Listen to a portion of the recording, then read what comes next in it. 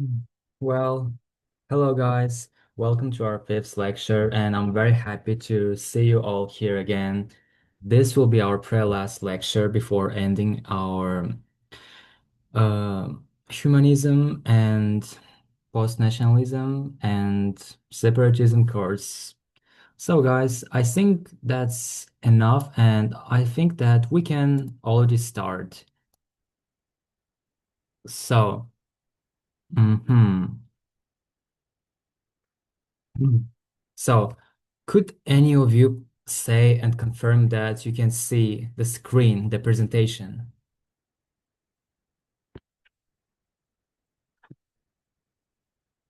No one? Please type in the chat that you can see my screen, that or just say it via your voice.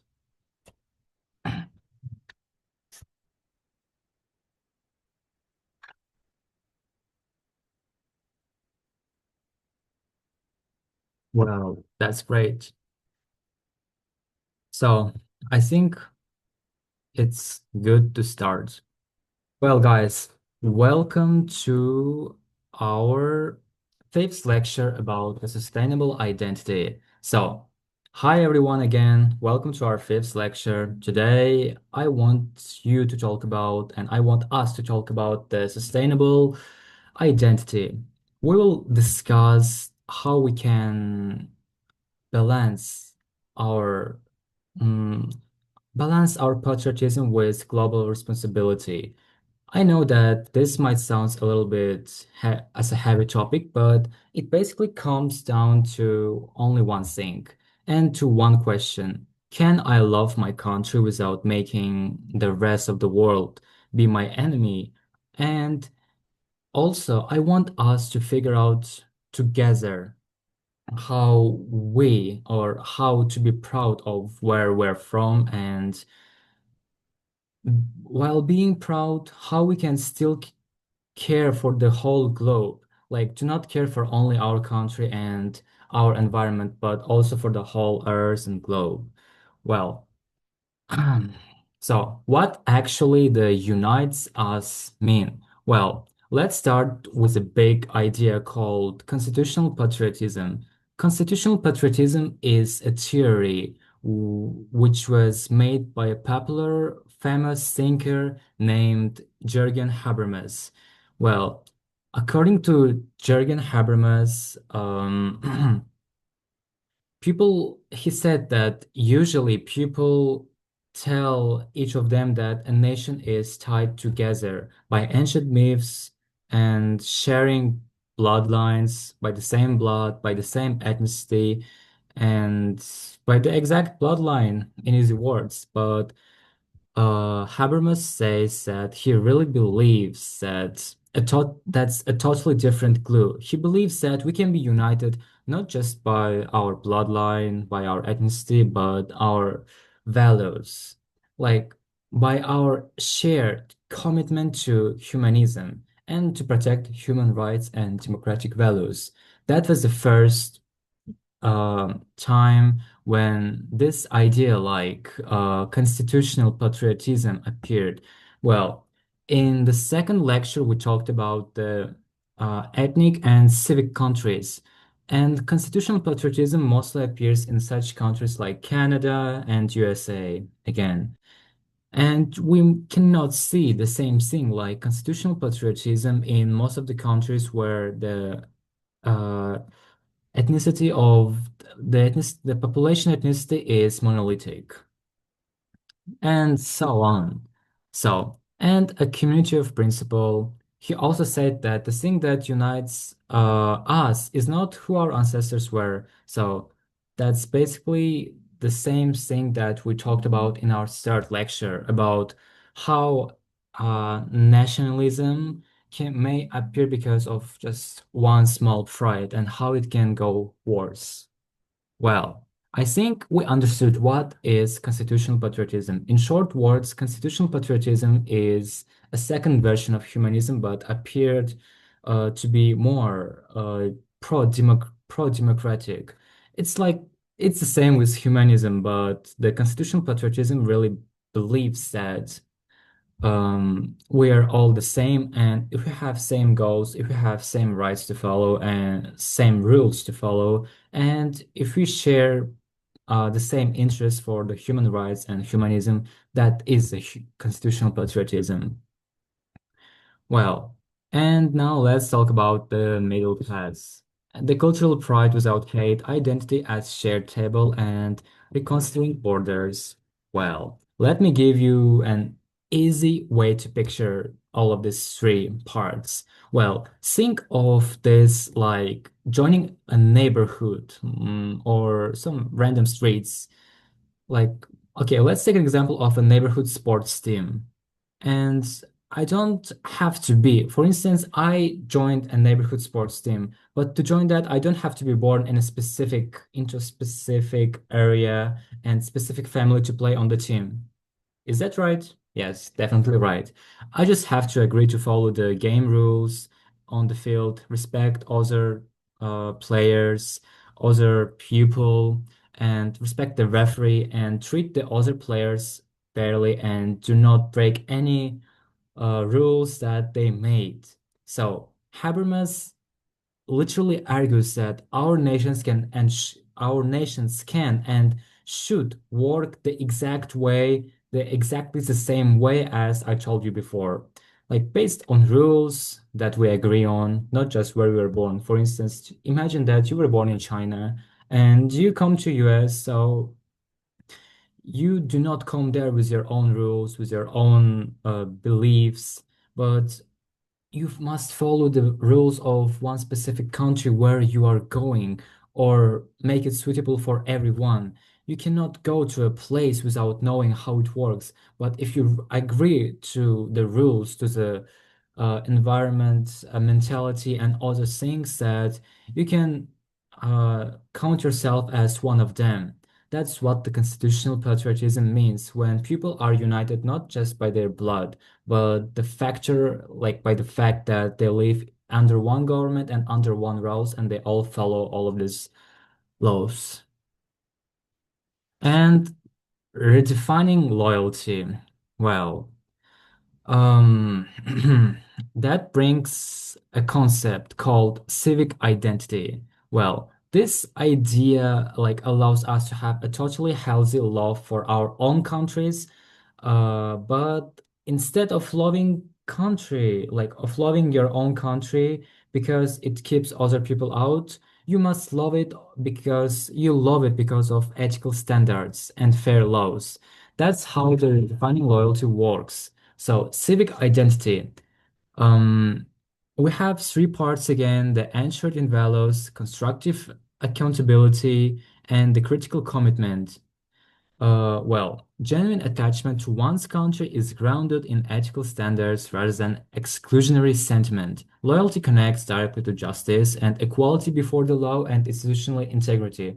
So, in simple words, anchored in values means that, for instance, for example, if we live under one government, for instance, if we live in a random country in Africa or in the Latin America, it means that it doesn't matter of our ethnicity, regardless our gender and blah blah blah, things like that that separates people from and avoids humanism. It all just says that we simply must follow the same rules. We simply must connect directly to justice, and in a place where justice meets the fairness, laws are fair and people believe that it's really fair, like the laws, the rules, then in such a country there could be a peace and the further actions, like humanist actions, humanism actions, where law and constitution are not against the people, but to support them.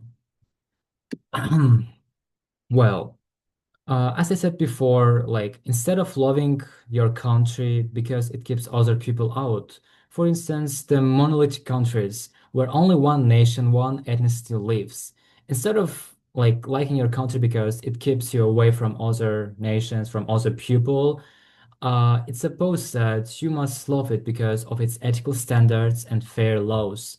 Because that's simply the reason of most people why are they being proud of their home. just only because how it treats people, not just because of a flag or a border. Yes, you can live under one government which really prioritizes the national interest and it keeps its people away from other countries, other nations, just to save its own cultural uh, haziness. But that's actually a good thing, but mostly it comes down to an isolation. And in a modern world where humanism is going forward, that might be kind of a disadvantage to follow things like that, like to avoid constitutional patriotism. Well, so bloodlines and beliefs, the rule of games. So we'll discuss we will discuss if there is a middle path, like for us, can I keep my unique national culture, like my favorite local foods and your language, your history, your the books in your language, your traditions without falling into a dangerous trap? Well, I really want us to avoid the us versus them.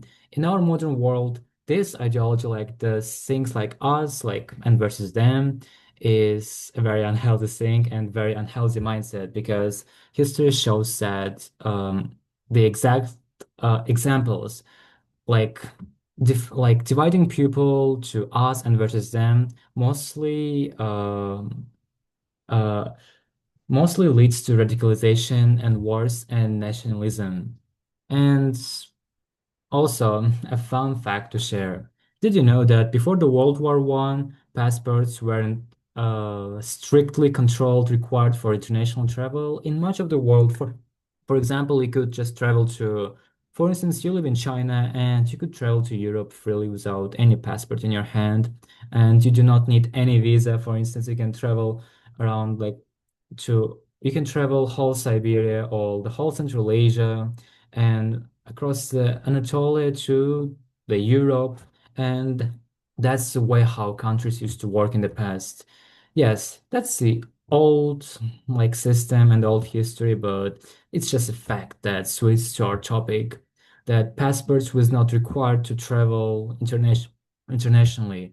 One random Chinese people could go to America or to Europe or to Africa, and it was not restricted.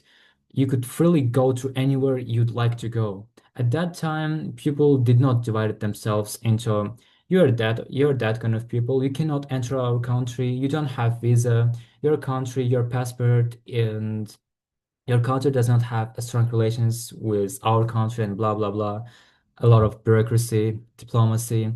But it's just the way how our world is going. We're isolating ourselves, like building borders, making it stricter, and less people can go to international places and go viral to travel whole world.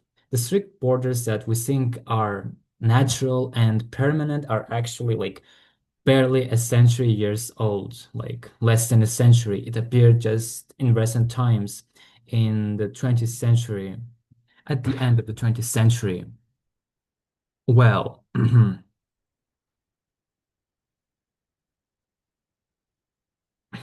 okay.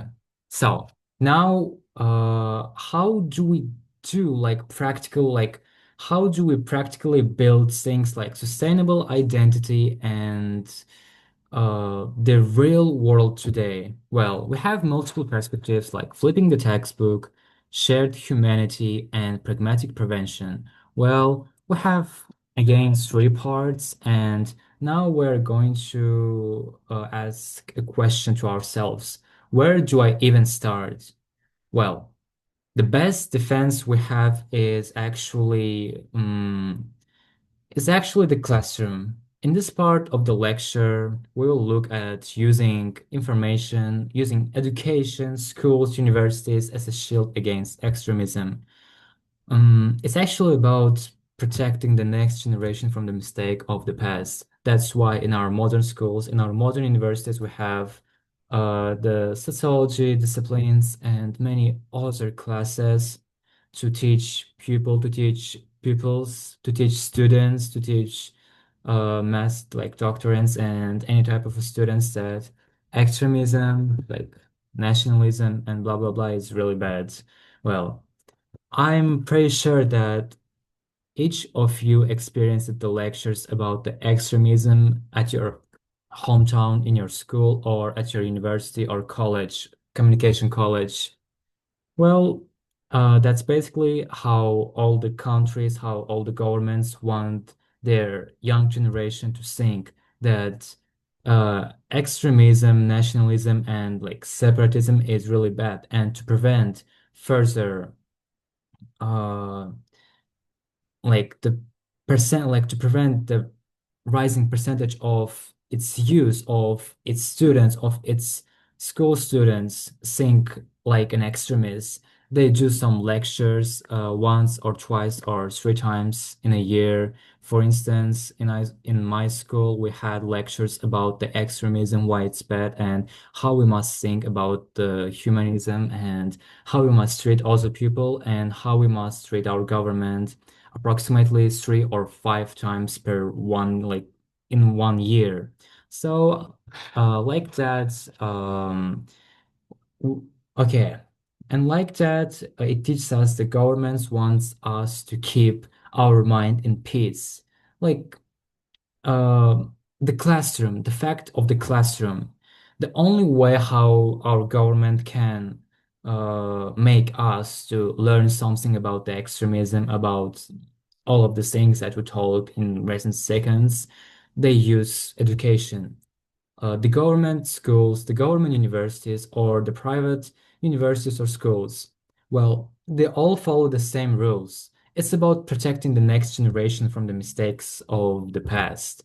For instance, in the 20th century or in the 17th, 18th century, most of the schools were about protecting national interests, not caring about other countries, not caring about what the other people abroad think, and how we can only improve only our country and not the world, how we can make benefits from uh, attacking, declaring a war to another countries, and how we can be the greatest nation. That's how the history went for centuries because of religion, because of the ethnicity factor, because of nationalism. Well, and in nowadays, it means that the current lectures that you have at school, probably there might be not so proficient or they might be not so interesting, but the goal of all of them is to keep the young generation, the next generation, make it different than it was in the past, in the 20th, 19th, 18th, and all the centuries in the past. Well, and global education reform, systematic reform of curricula is necessary to break the cycle of unliteral interpretations. Well, that's exactly what we talked a few seconds ago. Global education reform. I told you that in many schools in our world, like nowadays, we have many lectures about extremism, about separatism, about nationalism, and how we must think, why it's bad, and why we must keep ourselves away from the things like extremism. Well, that's how the global education is building right now. Uh, the modern activists, the sociologists, the anti-extremist groups, and it's all in the interest of all governments. So in the modern schools, universities, we have, I said before, lectures about extremism and why it's bad, and many other facts and reasons why we should avoid that. Well, to understand the global education reform more deeper, uh, and to do this, like to understand it better, we need a global education reform in all classes. Well, it means that we'll examine how we can completely redesign school curriculums. Curriculum is how the way the schedule of the schools and its system works to teach people, to teach its students how to act neutrally or act in a positive way, not negative, and think not as someone with extremist minds, but with a humanist minds in the interest of their country mostly, except the countries like where humanism is mostly the main goal, like Canada, Australia, and New Zealand. Well, and right now, many schools, like in the second and third world countries, they only teach history from their own countryside, but not from the other side, like which creates a massive echo chamber effect. For instance, you can learn your country's own history only by your books, by your history school books, but it won't be enough. For instance, if your country borders another country and this country has had many diplomatic actions in the history, many wars and many other things that are historically might be very interesting and not, then you could learn more about your own country by learning about the other country. For instance, as we have learned in previous lectures, this echo chamber is exactly what fuels separatism and nationalism. And it's like about, for instance, one country had a war and other country, like two countries had a war and only one country won. But the reasons of the war was because of the nationalism.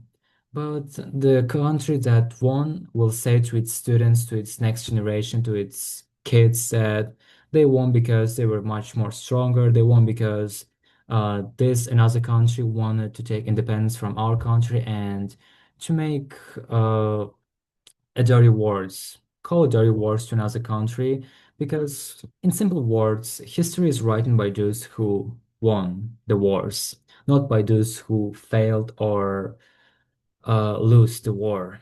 In simple words, well, and the education as a shield. Well, okay. Imagine that I'm in a history class and I learn about the historical wars, about historical traits, not just from my own country's textbook, and but using another country's history books or textbooks or information, just by also reading the textbook of the country that we fought against. For instance, China versus Japan, just for example.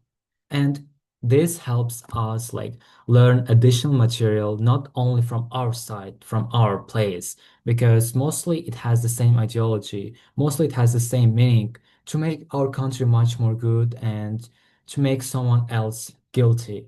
But by learning from the both sides, we can redesign education by we can redesign education to teach history through multiple perspectives, not just by the only one perspective from because it mostly leads to one country's wishes. For instance, all of our countries, our governments wants us to believe at only one thing that the government wants us to believe and read. But if we will take a perspective of learning something new from another country, from another textbooks, from the global resources, that's exactly how we can reduce blind nationalism and it can actually prevent many wars in the future and many conflicts. For instance, the one who lose the war, as I said before, they cannot write the history on their own. For instance, we all know that uh, in our world we had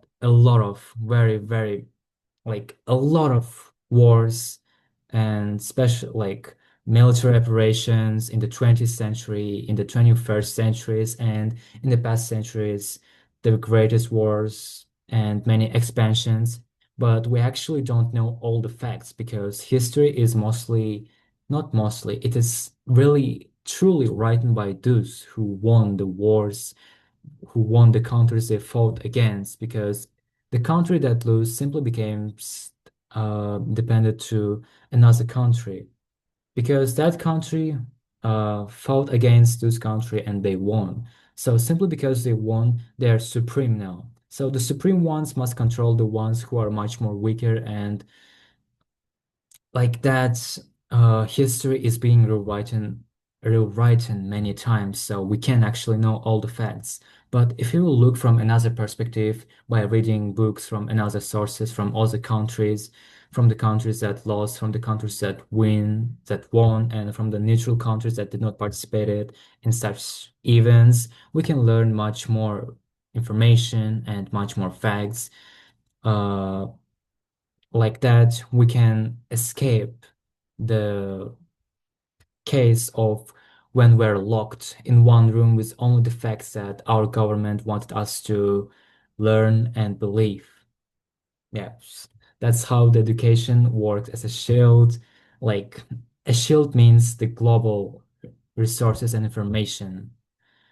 So that simply says that we must learn new information, the historical events, wars, and many other information, not just only from one perspective, from one resources from our country, but also from another countries, and even if they're in another language, that will help us to build a humanism because a real humanist is not a people who wants everyone to speak only one language, but the one who believes that we can all be under constitutional patriotism and make the world better by uniting and using the global resources, not only national resources. That's how the constitutional patriotism wants you to learn to use education as a shield in the future. Well, and have an interesting fact to this situation. In countries like Switzerland, kids learn multiple languages at school, specifically to prevent the cultural isolation that might cause many conflicts within their own borders, not living their own country, but inside their country cause many wars because in Switzerland there are not a specific nation ethnicity that lives there.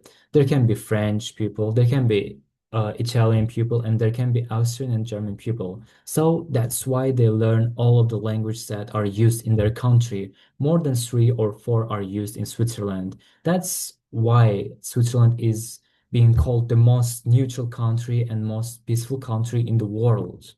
So constitutional patriotism takes an example of Switzerland and it wants us to use the exact way how to teach our kids, our students at school and universities to protect them from seeking like an extremist and uh, provide them with enough information about humanism and humanism propaganda. Well, and now let's talk about the European Union and the United Nations. Well, first of all, let's talk about the European Union. Well, let me give you a real-world example of this case.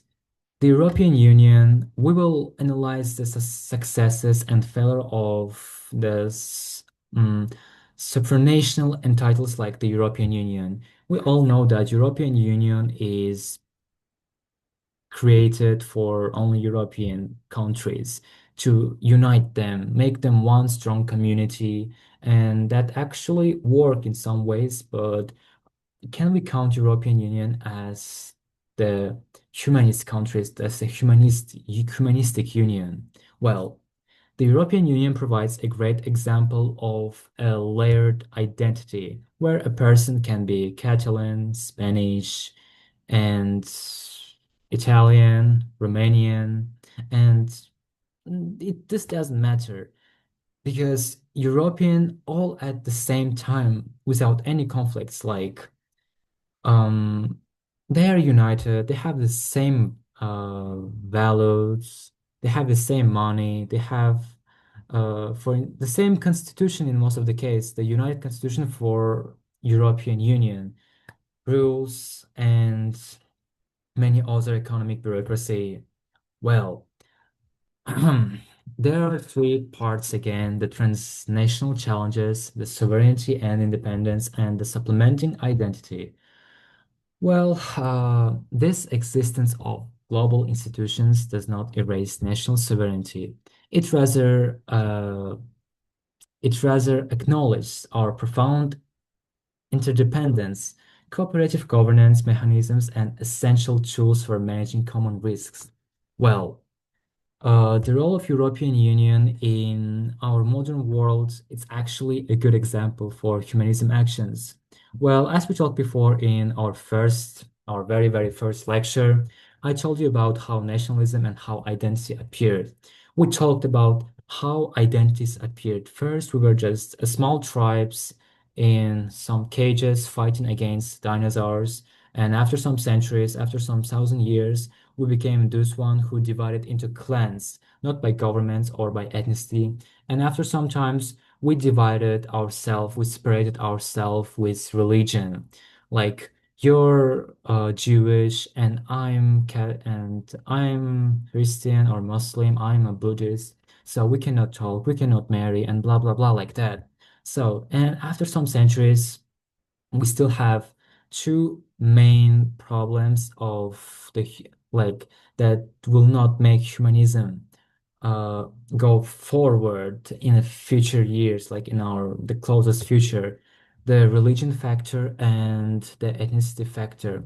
Some governments and some regimes still believe that religion is their priority and their bloodline, their nationality, their ethnicity is the most valuable things that's and they simply believe that that's the only thing that they can be proud of, but not just fair laws or a good economic, but they rather concentrates on the things like uh, blood, religion, and etc. But we all know that Europe experienced these things. They divided into uh, they had many wars against each other, European countries, because of religion, because of national interest, ethnicity. But then in our modern world, we have European Union, and European Union is actually a great example because in our first lecture, we talk about that in the future, we might experience a new thing that we didn't had in our past. For instance, we still divide each other to ethnicities and religions, but in European Union, they all united just only because the factor that they were all born in the same continent, they shared same history for many centuries, and they all like even if they have uh absolutely different language, they unite because they simply believe that they're all Europeans, that they're all humans. And just by the same ideology, we can think that in the future we might have the same unions in the future, like the Asian Union, the American Union, and etc. But it's just in the future. We don't have the exact examples like the European Union right now, but in the future, it's very, very like probably going to happen in the nearest future, like in this 50 or 100 years. I think that that will be pretty much guaranteed. And again, an interesting fact, over 13 million young people that have studied or worked abroad through the European Union Erasmus program, many students which actively helped build the exact layered European identity.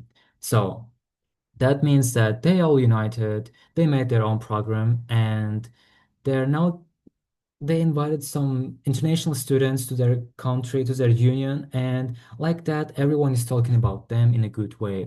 That's how we must.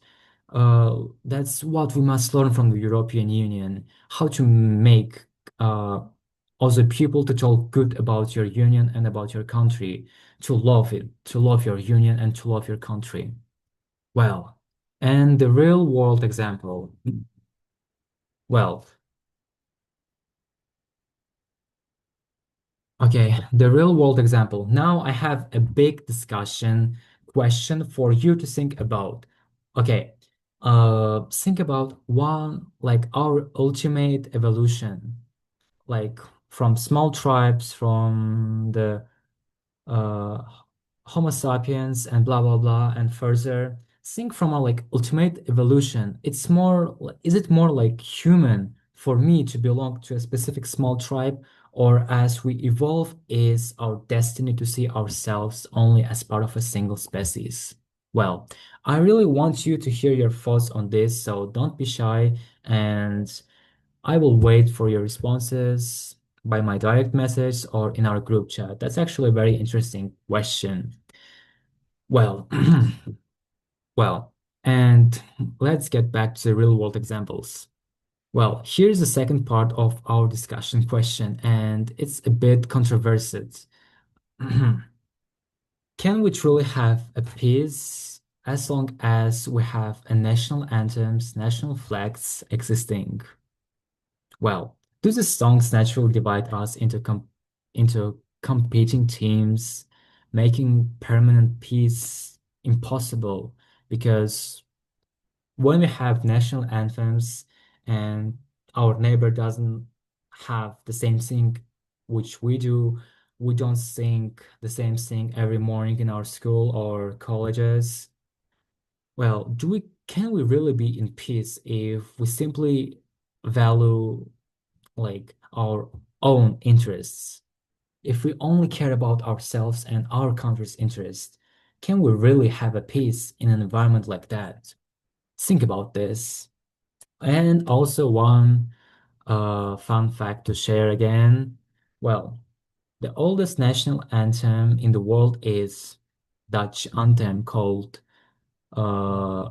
Wilhelmus. It's written around 1568 year in the 16th century, and that means that we have been using songs called anthems to build the thing like us versus them. And that's been for over approximately 500 years. Can you believe that? We have national anthems approximately for 500 years.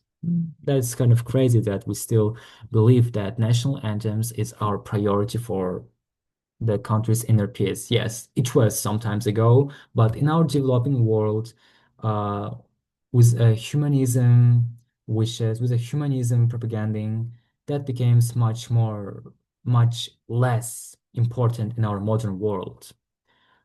Well, and now let's talk about the well, for those of you who want to dive deeper into what we have talked about constitutional patriotism and the history of national anthems and blah blah blah, I highly recommend you to read the Jürgen Habermas works and many other works like that. For instance, the Matt Ridley's work on how innovation works. I read that book when I was in the 10th grade, and that actually helped me with the way how do I think like constitutions and innovation in the modern countries and ideologies are built. And so on. I'd strongly recommend you to read the Jürgen Habermas works. It's about the constitutional democracy, public reason, and the real facts about the constitutional patriotism. That will be really helpful for you. And from now on, our lecture is going to an end. So we're going to end in 1 minute. But before ending our lecture, please do not forget to write your names in the Telegram group chat so we can write your name in our sheets. So we'll definitely receive a certificate. And those people who already did participate in all 4 lectures, they will be guaranteed with a certificate. And those who did not participate our last lectures, they can still participate in our further lectures, and our next lecture will be the last lecture, so I will be seeing you there. I hope I will see you there. Probably it will be your last chance to receive a certificate. Well, guys, thank you all for participating, and see you next time. That's the end of our lecture. Thank you all, and see you again. Goodbye. Goodbye.